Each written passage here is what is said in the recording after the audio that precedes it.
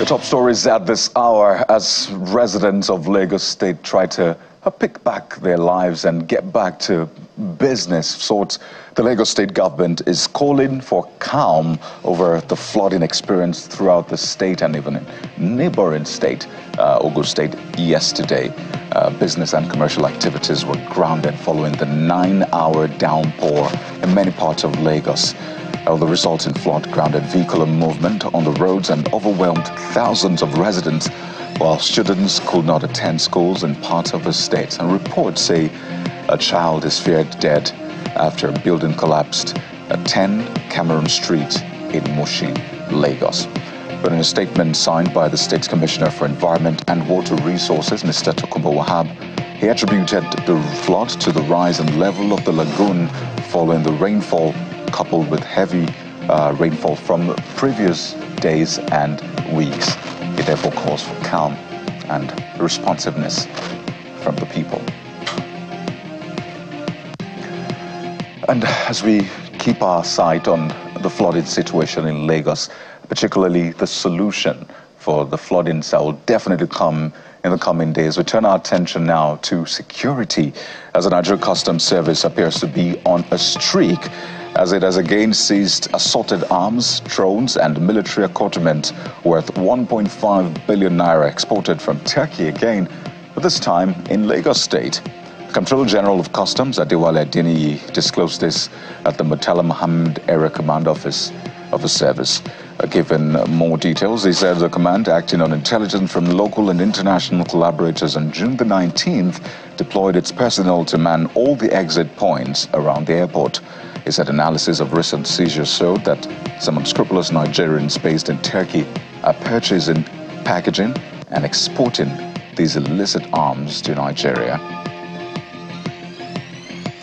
Well, let's bring you more now. The federal government has launched an initiative to establish an operating model and a framework for economic and financial inclusion. Well, the project is essentially designed to combat poverty and catalyze sustainable economic growth, as well as transform Nigeria into a $1 trillion economy by 2030.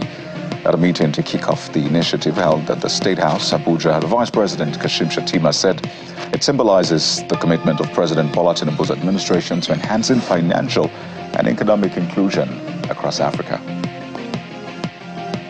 I dare to say that at the heart of every strategy championed by His Excellency President Bola Ahmed Tinubu GCFR has been the need to prioritize inclusive economic growth and development. This administration believes that our approach to inclusive growth must be strategic and sustainable.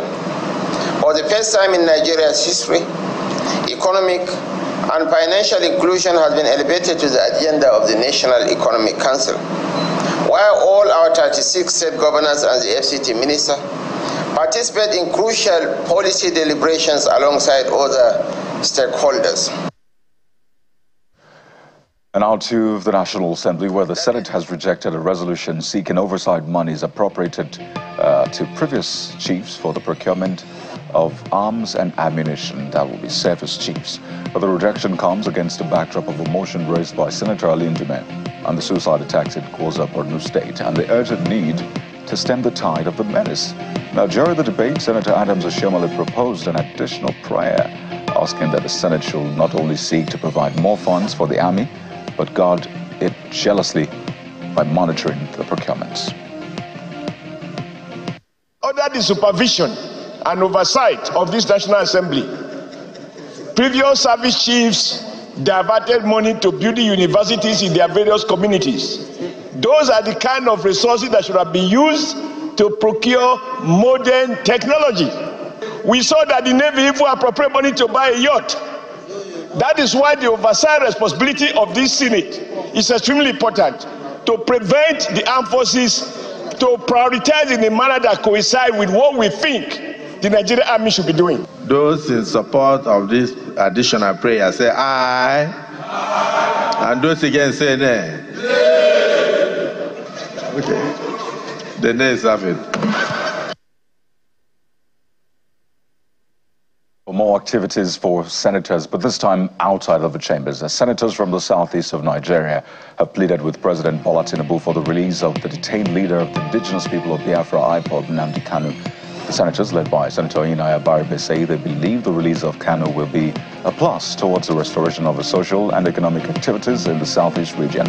The senators held a closed-door meeting with the Attorney General of the Federation and Minister of Justice, Lateef Fagbemi, where the letter begging President Tinubu to release Mr. Kanu was delivered for onward passage to the presidency.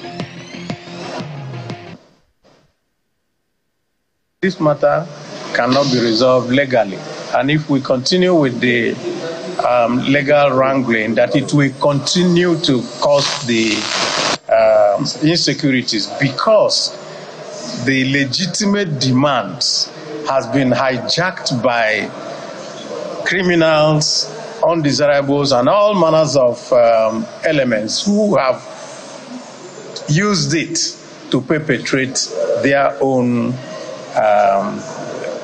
nefarious deals on the rest of the people of the Southeast. Nobody in the Southeast likes what is going on. People cannot go out of their houses on Mondays. People are maimed and killed and all that. And some people are roaming around, killing even security men in the name of looking for the release of Nnamdi Kanu. And Nnamdi Kanu himself also confirmed to me last Monday that he never made any request of that nature that anybody should go and kill people. In fact, he was very pained that the Southeast is suffering because of this. And to the state legislature, the Imo State House of Assembly has suspended 4 lawmakers indefinitely for allegedly plotting to impeach the Speaker, Chike Olembe, during a plenary session at the House of Assembly in the state capital, Owerri. The Speaker alleged that the 4 lawmakers have brought disrepute and ridicule to the House by their actions at various fora, by inciting other members against the leadership of the House for no just cause and trying to impeach the Speaker. And after an executive session, the decision to suspend them was taken. For more stories now, the Economic and Financial Crimes Commission, the EFCC, has alerted the public of a plan by a group to instigate a protest against the commission. In a statement by its spokesperson, Dele Oyewale, the EFCC notes that the group has been actively campaigning on social media, recruiting those they described as impressionable young Nigerians, including students, to protest against the EFCC. Now, this campaign, according to the commission, has been promoted as a resistance to the operational activities of the commission, especially with respect to the enforcement of the laws dealing with cybercrimes. It adds that it is working with sister security agencies and taking necessary measures to deal with possible threats to the peace and security of Nigeria. But speaking of security, the Ogun State Police Command says 2 suspected kidnappers who abducted travelers along the Shagamu-Ilisho Expressway have been neutralized, while others escaped with gunshot injuries. The State Commissioner of Police, Abiodun Alamutu, made the disclosure in Abeokuta, the state capital, while briefing journalists. He says 5 AK-47 rifles and ammunition were recovered from them, or the 4 victims, which include, by the way, the 4 kidnapped victims, which include 3 Indian nationals and a Nigerian, regained their freedom earlier on along the Lagos-Ibadan Expressway. Well, let's talk some business now in what has been described as a bit to further expedite the process of expanding consumer credit access to Nigerians.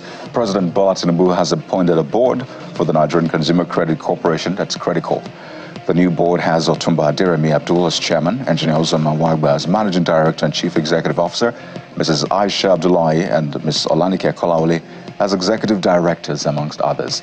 According to the statement by Special Advisor of Media to the President, Ajurin Galali, the President expects the new board members to bring their vast experience, competence, and dedication to bear. And outside the country, Britain's political leaders made a final frantic push for votes on Wednesday. That's the last day of an election campaign expected to return a Labour government after 14 years of Conservative rule. Prime Minister Rishi Sunak insisted he was still fighting hard, despite one of his closest allies conceding that the Tories were heading for an extraordinary landslide defeat today.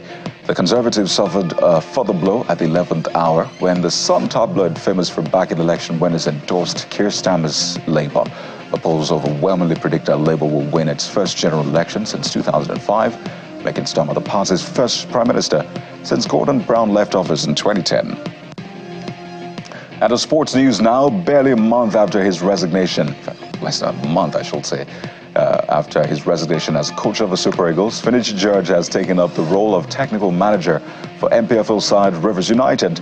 Well, during his brief and eventful tenure as the head of Eagles, George's 1-1 draw against South Africa in Uyo and a 2-1 loss to Benin Republic in Abidjan put Nigeria's qualification for the World Cup in serious doubt.